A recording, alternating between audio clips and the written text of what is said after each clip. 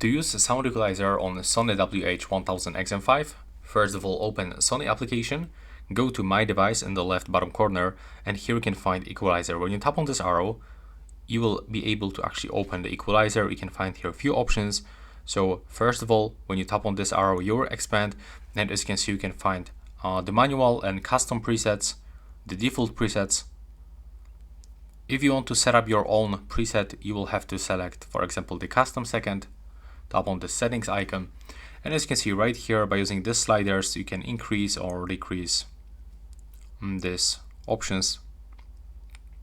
So that's how it actually works. And below we can also find your equalizer.